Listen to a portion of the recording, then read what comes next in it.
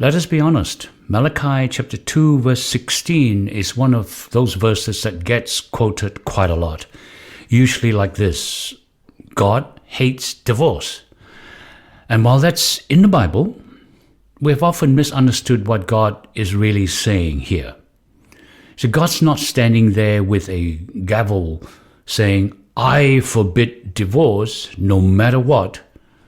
That's not his heart. He's saying something deeper, something more personal.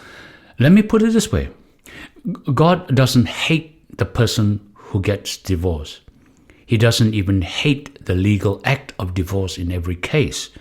What he hates is what causes divorce, the breaking of something that is sacred, the betrayal, the violence, the abuse, the hard hearts, the pain that comes when a covenant built to reflect his love and his character is shattered. That's what he hates.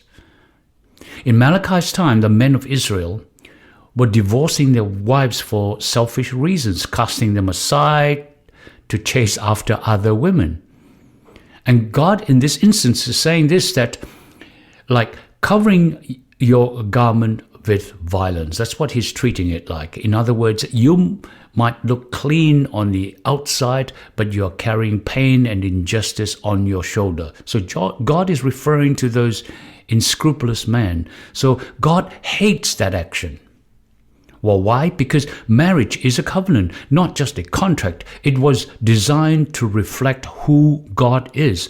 It's a bonding relationship of truth, of love, of faithfulness, of unity. And when that covenant is violated by abuse, by betrayal, by neglect, it breaks not just the relationship, but the very purpose for which God has created marriage for. So let us be clear. God isn't banning divorce.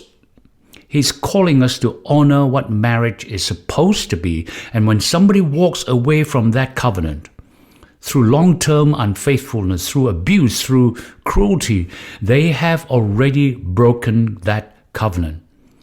Divorce might be the legal end, but the spiritual breaking happened long before. So God's heart is always for the healing, for restoring and protection of people. He values relationship, but he values people more. He wants marriage that reflect his character, not marriage to be a prison that hide brokenness. So if you have walked through divorce or walking with someone who is, don't carry that shame. Carry hope. God sees the whole story and he stands on the side of truth. He stands on the side of healing and love. Amen.